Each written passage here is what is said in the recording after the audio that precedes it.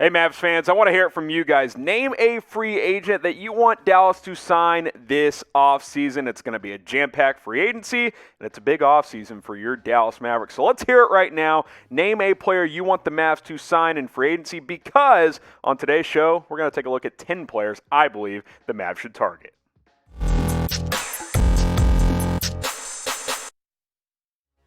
You're watching Dallas Mavericks Today. I am your host, Harrison Graham. On today's show, I'm going to take a look at my top 10 free agency targets for your Dallas Mavericks. We'll go in inverse order in just a little bit, down from 10 all the way to number 1. But first, just a couple of needs that really stand out to me.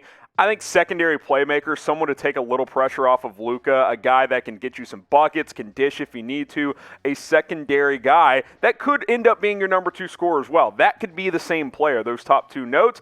And if you find the perfect guy, it could be all 3, a really good perimeter defender, if not at least 2. I think those are 3 areas that the Mavs could improve on this offseason. So let's jump into it. My top 10 free agent targets. At number 10, I'm going to go Kelly Oubre Jr. for the Golden State Warriors, set to be an unrestricted free agent this offseason. Couple of these guys are restricted, couple player options, so we'll make note of all of those. He is unrestricted, though. Up and down year for the Warriors, but did end up averaging over 15 points per game. I like Oubre, and he's going to have suitors. He will have teams that are interested in his services because he's long, he's athletic, he can score, and while he's inconsistent shooting the basketball, he's got some upside still, and I still think he can continue to improve. 6'7", over 200 pounds. Not a great defender, but he's got the frame to become a good one if he can improve in that area. A little more consistency would have me more interested in him, but I've got him at number 10. I think he's a player worth looking into. Let me know. The question of the day is, name a free agent you want the Mavs to sign this offseason. I want to hear it from you guys down in the comment section. Who do you want? You want Kelly Oubre or you want someone better? Don't worry, we're going to go through 9 more players. At number 9, Richaun Holmes, the unrestricted free agent, forward/center, big for Sacramento, athletic freak, and really had a breakout season this year, but he's been good for a couple of years now for Sacramento. The last 2 years, almost 30 minutes per game, 13.5 points, good rebounder at over 8 per, super efficient, and I think a player that continues to improve, and depending on what happens at the big position, you move on from Kristaps, or you move Maxi Kleber / Dwight Powell in a trade if that were to go down. A guy like Richaun Holmes could be an interesting big. We'll see if Willie Cauley-Stein's back. He's got a team option. Boban is a free agent as well. So there's some question marks in your front court if you are Dallas. I like Richaun Holmes. I kind of think he's going to cost a lot of money, but he's definitely an interesting target for the Dallas Mavericks, in my opinion. So we'll see if he's a realistic target. I think Sacramento would like to bring him back. At number 8, we got Spencer Dinwiddie, a player we talked about recently here on Dallas Mavericks Today. Obviously was hurt this year. Only played 3 games before having that ACL tear early on in the season. Wasn't a full blown-out tear. He was probably going to return for the NBA Finals. He was progressing in the right direction had Brooklyn made it. Obviously, they lost in the second round. A couple of seasons ago, played really well in that year, the bubble season. So 64 games really was basically the whole season because, remember, games got cut short. 21 points, 7 assists. Kind of fits that mold of what I'm talking about, is a secondary playmaker. Now, inconsistent shooter, didn't shoot the ball well from 3 that year, has been up and down in that area, but I remember that season too. KD was hurt, Kyrie missed most of the year, they didn't have James Harden yet, so he was going to be a guy that could be interesting. Does have a player option for this upcoming year, but it's all but certain that he is going to opt out of that player option, so keep that in mind. Subscribe to Dallas Mavericks Today because we're going to keep bringing you the latest free agency rumors and news. If guys get signed later on in the offseason, we will break it down for you guys. So hit that big red subscribe button. Don't miss any of our videos here on Dallas Mavericks Today.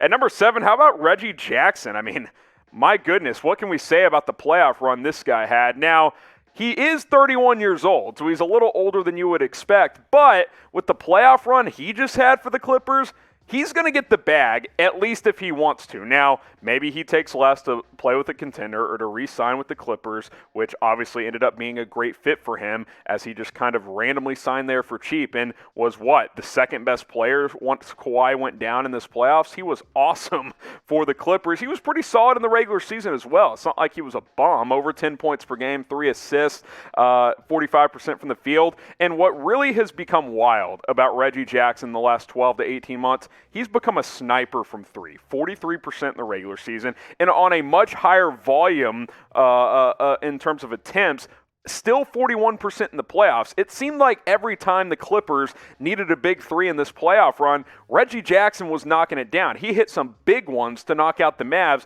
in the first round, 18 points per game, almost 50% from the field, 41% from three. Reggie Jackson's going to get some money. Will the Mavs be the team that pays him that money? We'll have to wait and see. Norman Powell, he's got a player option. I've got him at number 6 here. I think he'll opt out with Portland and look to get the bag because Norman Powell had a really nice season this year. Got traded from Toronto to Portland mid-season. Yeah, the points per game went down, but he also went from being arguably the best scorer in Toronto, him or Kyle Lowry, to clearly the third best guy after Damian Lillard and C.J. McCollum. Was still fairly efficient. The efficiency dipped a little bit, though, 44%, 36% from three, but they ran a lot of ISO ball in Portland, so I wouldn't put too much stock in that. He can get buckets. He's a decent defender as well. I wish he was 2 or 3 inches taller. That would really go a long way with me, but I still have him in my top 10. Still a young guy at just 28 years old. You look at the Mavs' three-point shooting last year. Not bad. The problem is they're better shooters. They're kind of all role players, right? Like none of their main guys. Like Luka, as great as he is, he's not a sniper, although he shot a lot better in the playoffs, 35% in the regular season. Kleba, Brunson are at that 40% range. KP at 37.5. Obviously, he missed, 35% of the season this year. Tim Hardaway, I think, is your main guy there who got a lot of minutes, who shot the ball really well. You can never have enough shooting, and Norman Powell could certainly help space the floor, get you some buckets, and he can ISO as well. It's not like he's just a catch and shoot guy. He can create a little bit for himself. So I've got him at number 6. I think he'd be an intriguing piece for the Dallas Mavericks. Now pick a player. We just talked about 2 of them. Obviously Norman Powell's younger, but that playoff run for Reggie's pretty intriguing. Type J for Reggie Jackson. Type P for Norman Powell. Who would you rather have for the Dallas Mavericks? Probably comes down to money. Cheaper option is probably the better option. But let me know, if all things are equal, who would you rather have, Reggie Jackson or Norman Powell? Let's get into our top 5 now. John Collins at number 5 with the Atlanta Hawks. He's been great in the playoffs.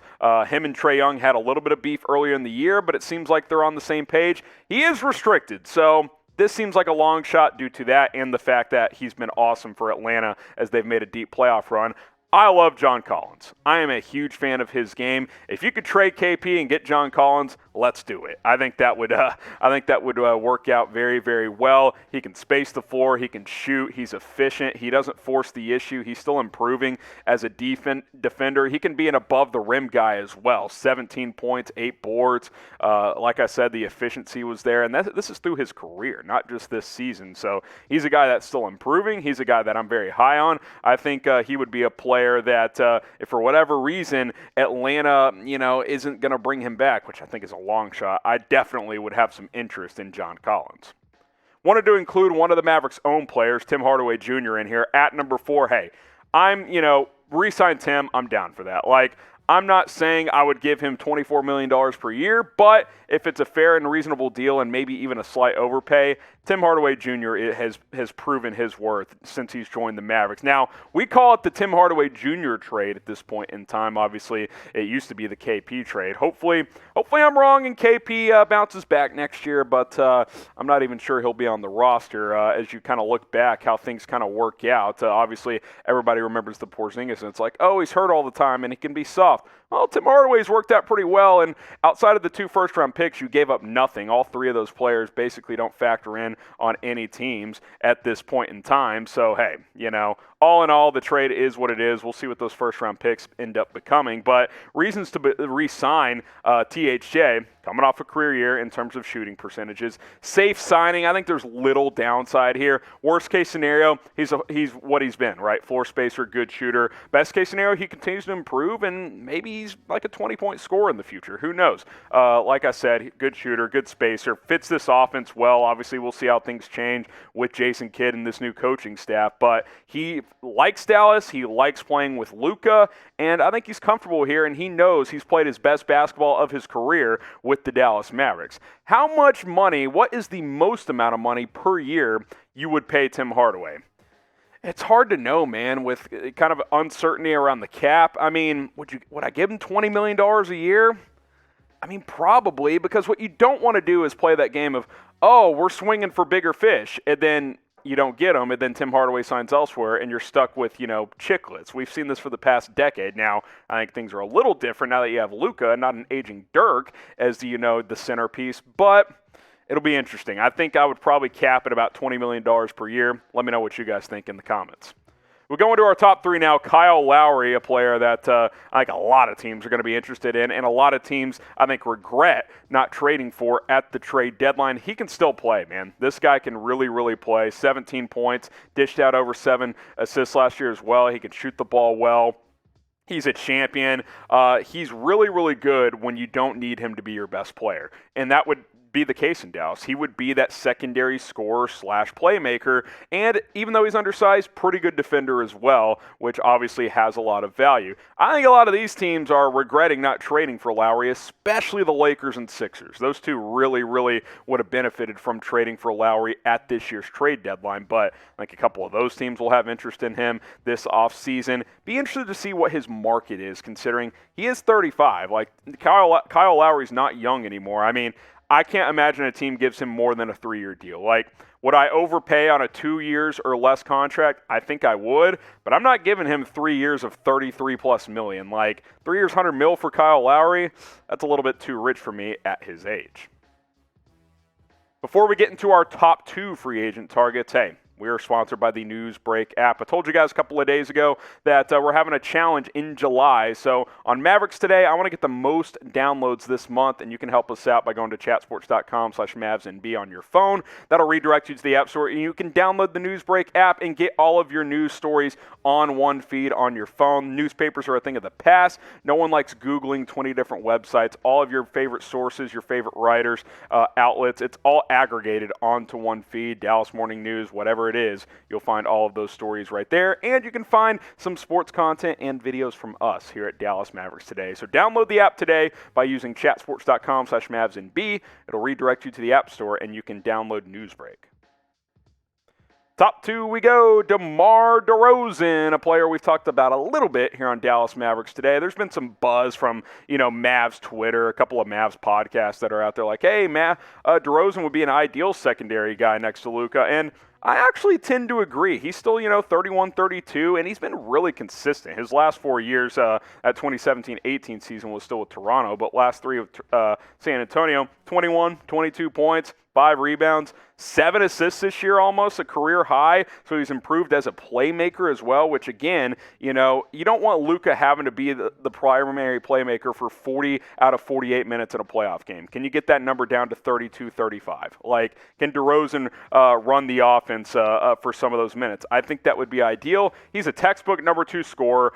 Again, kind of like Kyle Lowry. When he doesn't have to be the best player on your team, he excels. He plays much better in that role, and that would be the case with the Dallas Mavericks. So I've got DeMar DeRozan at number 2. I think he'd fit well with Luka. He'd give you some of that mid-range ISO game, which is kind of making a comeback in today's NBA, and he's an okay defender. Not as good as you would like, but he's certainly not terrible on that end. Better fit in Dallas, a couple of former teammates, type L for Kyle Lowry, type D for DeMar DeRozan. Who would you rather have with the Mavericks? I'd probably take DeRozan. He's younger, better scorer. I would type my D for DeMar. And then, of course, we get to number 1, especially after Kevin O'Connor's report from Thursday about Kawhi Leonard. Listen, if you think there's even a reasonable chance, you have to take that chance to get Kawhi Leonard. I know a lot of you are going to say, no, we've done this before.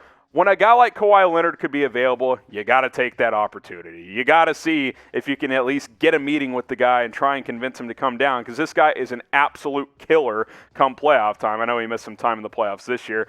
Just a reminder, if you guys missed this, Kevin O'Connor reported with this quote, Dallas is considered by some execs to be the most serious threat to land Kawhi because of Luka Doncic's presence in the front office's ability to create maximum cap space or work out a sign and trade.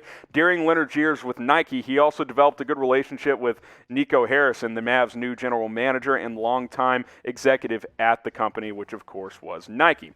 Kawhi is a beast. You know, the load management stuff, you hear some of the Clippers kind of give him a preferential treatment. Well, yeah, he's a two-time champion. He's a two-time, three-time, I can't even remember anymore. I don't know how many he won with the Spurs. I think he's a two-time champion, but whatever it is, he's a champ, and he knows how to get it done come playoff time, and he's an excellent defender. He's an excellent scorer. He can create. This guy's the full package. Like, you pair him with Luka Doncic, you know, I'm feeling pretty good when I go to battle every night with Kawhi and Luka. Like, that is an absolute dynamic duo in Dallas if you can make that happen. So I've got Kawhi as my top Mavs free agency target.